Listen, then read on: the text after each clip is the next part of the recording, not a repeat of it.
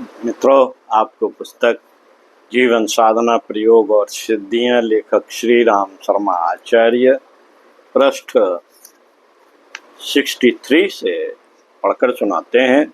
शिष्टाचार के सामान्य नियम। निसंदेह अब की स्थिति प्राचीन काल की परिस्थितियों से भिन्न है। पहले आवागमन के सुविधापूर्ण साधन नहीं थे। इससे लोग एक ही स्थान पर रहते हुए तदनुरूप व्यवहार और रहन सहन की मर्यादाओं का पालन कर लेते थे और शिष्टाचार के नियमों पर दूसरों का प्रभाव नहीं पड़ पाता था।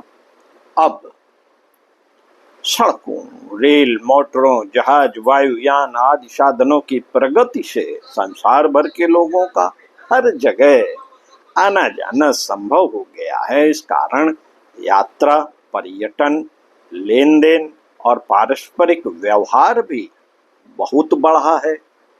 फलतः शिष्टाचार के सर्वमान्य नियम निर्धारित नहीं किए जा सकते, क्योंकि जो व्यवहार एक स्थान पर शिष्टाचार समझा जाता है, वहीं दूसरे देश में शिष्टता विरुद्ध समझा जाता है। उदाहरण के लिए हमारे यहाँ नंगे पैर रहना साधुओं का लक्षण समझा जाता है और स्वास्थ्य की दृष्टि से भी नंगे पैरों टहलने को लाभदायक बतलाया गया है, पर अंग्रेजों में नंगे पैर रहना विशेषतया किसी स्त्री के सामने नंगे पैर जाना बहुत बड़ी असभ्यता का चिन्ह माना जाता है। इसी प्रकार यूरोप एवं अमेरिका में भोजन के पश्चात थोड़ी सी शराब पी लेना रहन सहन का साधारण अंग माना जाता है, पर भारतीय संस्कृति में इसकी गिनती महापापों में की गई है और कम से कम यहाँ का कोई सम्माननीय व्यक्ति प्रकट रूप में इस कार्य को अपनी मर्यादा के अनुकूल नहीं समझता है।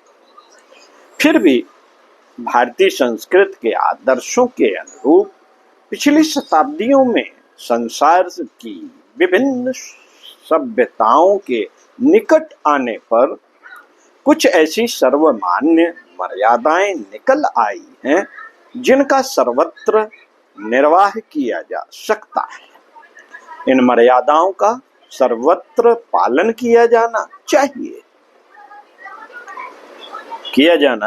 कोई भी स्थान ऐसा नहीं कहा जा सकता जहां की शिष्टाचार अनावश्यक लगे। मनुष्य को समाज में रहते हुए हर घड़ी अन्य व्यक्तियों के संपर्क में रहना पड़ता है, भले ही वह घर में हो अथवा बाहर। यह आचरण की शिष्टता प्रत्यक्ष रूप से किसी के संपर्क में आने पर हमारे व्यवहार या आचरण की शिष्टता अशिष्टता दूसरों पर अपनी छाप छोड़ती है।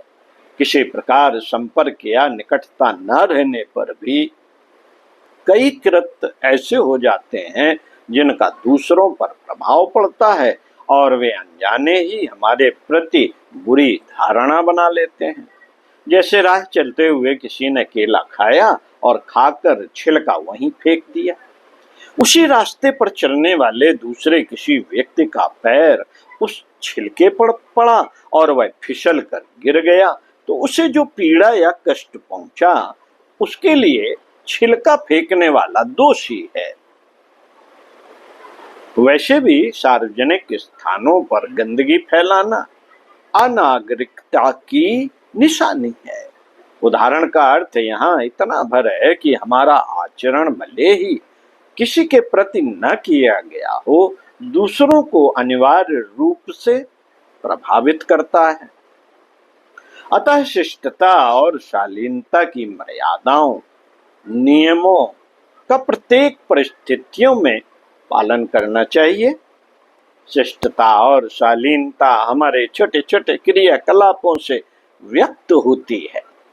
जैसे कहीं बैठे हैं और आसपास दो चार व्यक्ति और बैठे हैं, उस समय जमाई ली छींक या खांसी आई और उस समय अपने मुंह के सामने रुमाल लगा लिया तो इससे पास बैठने वाले व्यक्ति अनुभव करेंगे कि हम किसी सभ्य व्यक्ति के साथ बैठे हुए हैं और छींक या खांसी आने पर मुंह के सामने रुमाल न रखा गया और सामने बैठे लोगों पर थूक उड़ गया तो रुमाल न रखने वालों पर असभ्यता, अशिष्टता का प्रभाव पड़ेगा। बात छोटी सी है किंतु उससे व्यक्ति का समस्त प्रभाव धूमिल पड़ जाएगा। इसी तरह की बहुत छोटी छोटी बातें व्यक्ति का प्रभाव बढ़ाती और घटाती हैं। कई समझदार और शिक्षित कहे जाने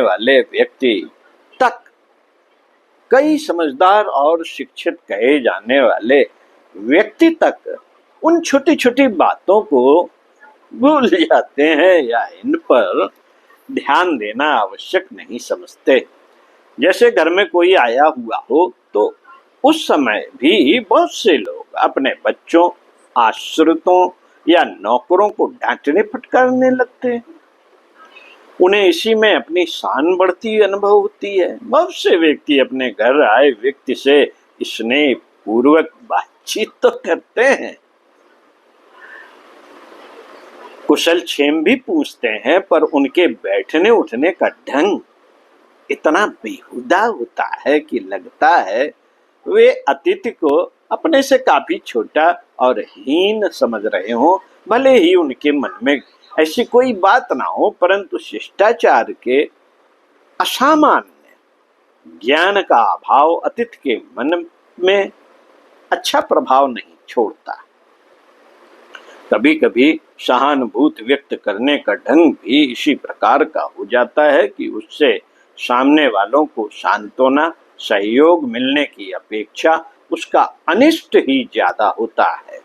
बहुत से लोग रोगी व्यक्ति के पास संवेदना जताने, कुशल क्षेम पूछने के लिए जाते हैं तो प्रायः रोगी को रोग बढ़ा चढ़ाकर बताते हैं, जिससे रोगी को सांत्वना मिलने, स्वस्थ होने की आशा बांधने के स्थान पर निराशा ही मिलती है।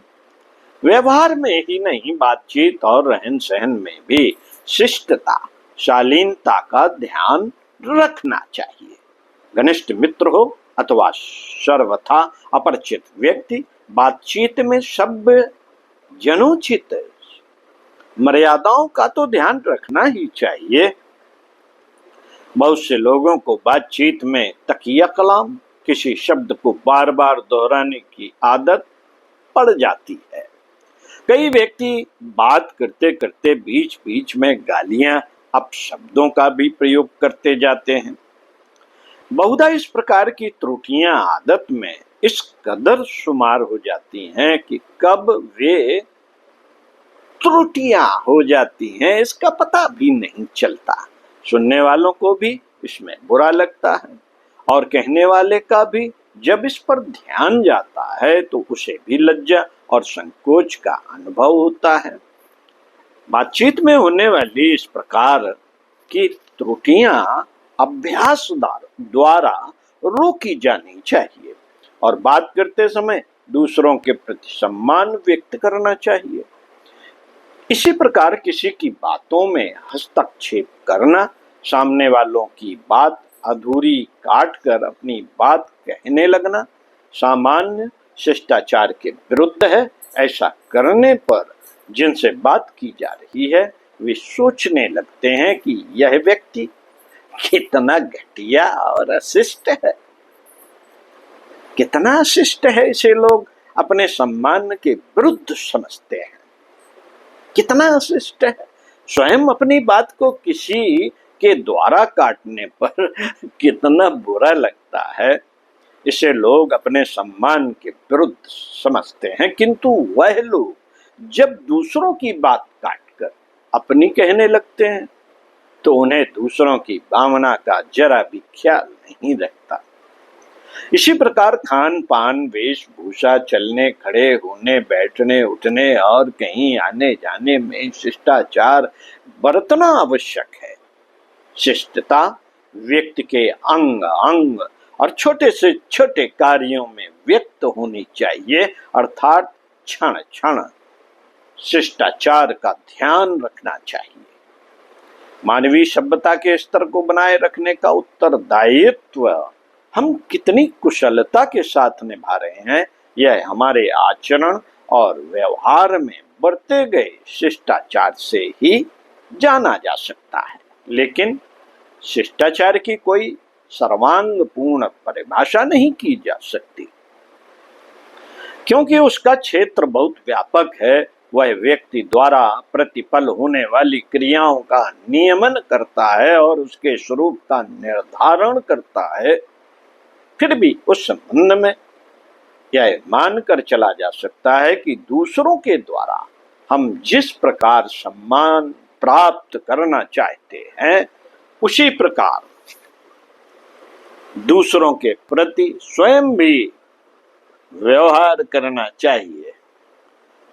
जिन कारणों से हमें अपनी भावनाओं पर ठेस लगती अनुभव हो, उन कारणों को स्वयं भी दूसरों के लिए प्रस्तुत न किया जाए। कहा जा चुका है कि शिष्टाचार का पालन छोटे छोटे कार्यों और सामान्य व्यवहारों में किया जाना चाहिए। यूं समाज में रहने के कारण व्यक्ति थोड़ा बहुत शिष्टता के नियम तो सीख ही जाता है। सुसंस्कृत परिवारों में शिष्टता की शिक्षा बचपन से ही मिलने लगती है। परिवार के सदस्यों को भी अपनी छोटी से छोटी क्रियाओं पर पैनी नजर रखनी चाहिए और देखना चाहिए कि हम कहीं अनजाने दूसरों की भावनाओं पर आघात तो नहीं पहुंचाते, अथवा हमारा कौन सा आचरण शिष्टाचार के विरुद्ध है। जहां कहीं भी अपने आचरण व्यवहार में शिष्टता का अभाव दिखाई दे, वहीं उस कमी को दूर करने के लिए तत्संबंधी शिष्टाचार का अभ्यास करना चाहिए। यह नहीं सोचना चाहिए कि इन छोटी छोटी बातों में इतनी बारीकियां तक जानने की क्या क्या आवश्यकता है। मनुष्य का व्यक्तित्व छोटे छोटे क्रियाकलापों से ही उजागर होता है। उदाहरण के लिए, किसी को पुकारते समय उसके नाम के आगे श्री लगाना कोई विशेष महत्व नहीं रखता। एक शब्द, एक अक्षर का ही अधिक उच्चारण करना पड़ता है, किंतु श्री शब्द का प्रयोग करने में जो शील और शालीनता व्यक्त होती है, वह केवल नाम लेकर दंडवत प्रणाम करने से भी नहीं होती। कहने का अर्थ है कि अपने व्यक्तित्व की छाप दूसरों पर अच्छी पड़े, अपना स्वरूप सौम्य बनकर उभरे। इसके लिए व्यवहार और आचरण में शिष्टता का समावेश किया ही जाना चाहिए, किया ही जाना चाहिए। ओम शांति। साथियों, इसी पुस्तक के अगले पैरा पे आखिरी विषय पर पढ़कर सुनाएंगे, नागरिक कर्तव्यों की उपेक्षा न करें। सुनते रहिए कुछ अच्छा और पढ़ते रहिए कुछ अच्छा। ओम शांति।